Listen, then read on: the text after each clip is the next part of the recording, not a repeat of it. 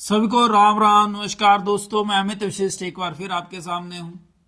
आज हम लोग जो मुद्दे हैं हमारे मुख्यतः तीन आज टॉपिक डिस्कस करेंगे हम लोग। एक तो रहेगा जो किसान आंदोलन दिल्ली को घेरने के लिए चला हुआ है, ये यूपी से भी चल रहा था, वो तो अब रुक गया क्योंकि योगी साहब ने उनका इलाज कर दिया। एक कमेटी गठित कर दी, जो उनकी मांगें थी उससे संबंधित वो सारी स्टडी करके तो 1 महीने के अंदर अपना पूरी जानकारी मुख्यमंत्री को देंगी, यानी योगी आदित्यनाथ को। दूसरा मुद्दा है एस जयशंकर द्वारा इजराइल के लिए जो कहे गए शब्द हैं, ऐतिहासिक शब्द कहे हैं संसद में, और ये बड़े महत्वपूर्ण हैं। तीसरा है पुतिन की डांट जर्मनी के व्यापारी को, बिजनेसमैन को। तो ये तीनों टॉपिक आज डिस्कस होंगे, बड़ा मजा आएगा आप लोगों को, बड़ा बड़ा ध्यान दीजिएगा। और मेरी प्रार्थना रहेगी कि आप लोग चैनल सब्सक्राइब भी करिए, करवाइए भी, शेयर भी करिएगा और शेयर करवाइए भी। कारण क्या होता है कि अगर अच्छी बातें ज्यादातर लोगों तक पहुंचे, आप अच्छे टॉपिक्स, अच्छी डिस्कशंस लोगों तक पहुंचाएंगे तो जागृति आएगी। तो पहला मुद्दा हमारा हम चलेंगे कि क्या कारण हुआ कि उत्तर प्रदेश के जो किसान चले थे, राकेश टिकैत भी उस आंदोलन में शामिल हुए। राकेश टिकैत का नाम पिछले आंदोलन में जो 3 बिल वापस करवाए किसानों वाले, उसमें बड़ा चला था।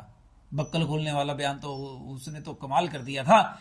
लेकिन हुआ क्या कि राकेश टिकैत जबरदस्ती इस मुहिम में आए थे। ये नोएडा के लोगों के कुछ एक पक्ष हैं जिनको लगता था कि उनकी जो जमीन है अधिग्रहण की जाएगी और उस जमीन के पैसे पूरे नहीं दिए जा रहे, कोई और असंतोष भी उनमें होंगे। तो उसके लिए क्या किया, 1 दिसंबर को योगी आदित्यनाथ ने कमेटी गठित कर दी। उसकी एडवर्टाइजमेंट अखबारों में भी निकल आया। लेकिन क्योंकि पॉलिटिकली है ये, तो टिकैत साहब जबरदस्ती इस आंदोलन में आ गए और बोले कि ना भैया, हम तो अब तो दिल्ली जावांगे, यो फैसला तो दिल्ली होगा, हम ना देखते, यो शाम को कर देंगे 4 बजे तक अनाउंस। हुआ क्या, योगी आदित्यनाथ ने मीटिंग करी कि जी लॉ एंड ऑर्डर के ऊपर किसी भी तरह का प्रश्न चिन्ह नहीं आना चाहिए। उधर संभल का केस चला हुआ था, संभल में भी बड़ा स्ट्रिक्ट एक्शन लिया गया है। राहुल गांधी समेत सभी को बाहर भगा दिया गया वहां से कि कोई नहीं जाएगा। इधर नोएडा में भी पुलिस हरकत में आ गई, क्योंकि योगी आदित्यनाथ का जब एक बार ऑर्डर आ जाता है फिर कोई किसी की तरफ ध्यान नहीं देता, आगे कौन है कौन नहीं। अब राकेश टिकैत के पीछे होली पुलिस। राकेश टिकैत वहां से भागे और जाकर के ट्रक में चढ़ गए छुपने के लिए, ट्रक से भागने के लिए, लेकिन पुलिस ने घेर लिया, ट्रक से उतरवा लिया, गाड़ी में बिठा करके थाने ले गए। लेकिन इस दौरान ये जो था कि हम दिल्ली घेरेंगे और हम 4 बजे अनाउंस करेंगे वाला बयान इन्होंने पुलिस की पकड़ में बैठ करके दिया। लेकिन शाम को अंधेरा होते होते टिकैत साहब के सुर बदल गए। राकेश टिकैत ने बोल दिया कि देखो जी, ये तो अलग है, ये इनके साथ हमारा विरोध प्रदर्शन कोई नहीं, किसानों का सारी यूनियंस अलग अलग हो रही हैं और ये सब अपने लेवल पे करेंगे, सरकार करेगी, और हमारा जो राकेश टिकैत और इनका संगठन है, इसका इस किसी भी तरह के प्रदर्शन से कोई संबंध नहीं है। योगी आदित्यनाथ ने क्योंकि कमेटी गठित कर दी हुई है तो उसके तरफ किसानों का यूपी में एक बड़ी बात है कि किसान हो चाहे कोई और हो, अगर कोई आग्रह पूर्वक और प्रेम पूर्वक बात कहता है तो यूपी में सुनी जाती है। ऐसा वहां का मैंने एनालिसिस किया है। लेकिन अगर वहां पे कोई डराने की कोशिश करे, वहां पे बोले कि हम ऐसे करेंगे वैसे करेंगे, तो फिर वहां पे भी बक्कल उतारने वाली पुलिस है, क्योंकि योगी वहां पे बहुत कड़े दम हैं। योगी वहां पर बहुत अच्छे ढंग से राज करते हैं और उनको पता है कि क्या करना है। खैर, लेकिन इधर पंजाब के किसानों ने झंडा उठा लिया कि हम तो दिल्ली जाएंगे। हुआ क्या है कि चुनावों के दौरान भगवंत मान ने अनाउंस कर दिया था, अगर आपने वीडियोस देखे हों, कि एक एक दाना मैं खरीदूंगा, एमएसपी मैं अनाउंस करूंगा। अब भगवंत मान गया मुकर उधर यूपी में योगी आदित्यनाथ ने किसानों को बोल दिया कि देखो तुम्हारा दिल्ली जाने का कोई मतलब नहीं, जो बात करनी है सरकार से करनी है, प्रदेश सरकार से, तो आप यहीं पे करेंगे। किसानों ने भी बात मान ली। उधर किसान जो पंजाब के हैं, वो पंजाब के असल में किसान तो है ही नहीं, ये पिछली बार भी किसान नहीं थे। ये जो सोरोस का नाम लेकर के आज विरोध किया जा रहा है ना कांग्रेस का, ये बिल्कुल फैक्ट है। कहीं ना कहीं फॉरेन फंडिंग के कारण कुछ एक दलाल टाइप जो नेता है, वो टकैत टाइप, ये सारे इकट्ठे हो जाते हैं। तो पंजाब के जो कुछ एक नेता, आपने पिछले चुनावों में भी देखा होगा, कई जो नेता हैं उन्होंने बयान दिया था कि देखो जी, हमने तो कांग्रेस के लिए पिच तैयार कर दी थी, हम तो कांग्रेस के लिए चाहते थे कि बैटिंग करे कांग्रेस, अच्छे ढंग से परफॉर्म करे, इनकी परफॉर्मेंस अच्छी नहीं रही, इन्होंने अच्छे ढंग से इलेक्शन नहीं लड़ा, ये जीत नहीं पाए। ज्यादातर ये जो किसान आंदोलन है, इनमें किसान नहीं है, ये तो पब्लिक को पता ही है, क्योंकि हम लोग, मैं किसान हूं तो हम लोगों ने तो भी गेहूं की बुआई करी है, गेहूं है और फसलें जो भी हम लोगों ने लगानी है या फिर उठानी है। अब हम आलू की हमारे यहाँ पटाई चल रही है, हमने आलू पहुंचाना है मंडी में, तो फिर हम लोग किसान को कहाँ टाइम है। और अगर हमने गेहूं की बुआई करी है तो फिर हमने उसकी क्यारे बनाने हैं, पानी लगाना है, और चीजें हैं, बहुत कुछ होता है किसान के लिए। और अगर सही मायने में किसान सड़क पर उतरेगा तो क्या कोई सरकार रोक सकती है किसान को? कोई सरकार में दम नहीं है भैया किसान को रोकने का। लेकिन ये तो है वो दलाल टाइप नेता।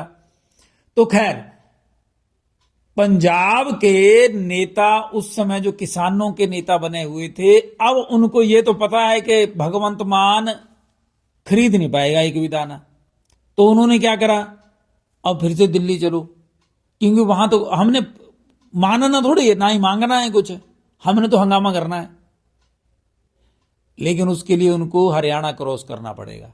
यह देखना होगा कि हरियाणा की सरकार किस तरह से ये जो फर्जी किसान हैं इनको रोकती है। दूसरा मुद्दा, जब हमारे जो विदेश मंत्री हैं एस जयशंकर, इनसे कम्युनिस्ट पार्टी ऑफ इंडिया के एक नेता ने संसद में पूछा कि आप बताइए, इजराइल को भारत ने हथियार बेचे हैं, क्योंकि इजराइल को हथियार बेचने का मतलब है कि गाजा में हो रही जो हत्याएं हैं भारत उनका सहयोग कर रहा है, फिलिस्तीन के विरोध में है, और आप इसको क्लियर करिए। भारत क्यों हथियार बेच रहा है? किसको? इजराइल को। एस जयशंकर ने ऐतिहासिक जवाब दिया। मैं वो वीडियो भी आपके साथ शेयर कर दूंगा। एस जयशंकर ने बहुत आराम से और बहुत दिल की गहराइयों से जवाब दिया है। मैं बिल्कुल उनके इस बयान से मैं इतना ज्यादा प्रफुल्लित हूं कि मजा आ गया। किसी में दम तो था, कोई बोला तो संसद में। Refer to the diplomatic facet of an issue, which I hope that Minister would sincerely respond to. Is it a fact that Palestine Authority's Minister of State on Foreign Affairs met our ambassador, Ms. Renu Yadav, requesting to reconsider arms sales to Israel due to their usage against Palestinian civilians, and also the need for international pressure on Israel to stop their violence on Gaza?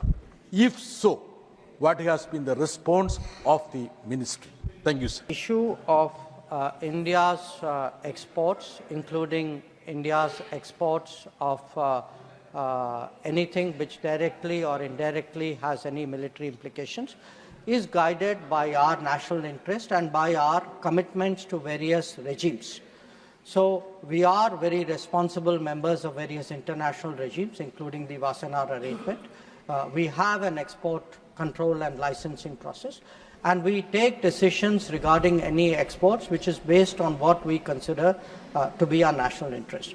Where Israel is concerned, it is a country with which we have a strong record of cooperation in national security. It is also a country that has stood by us at different moments when our national security was under threat.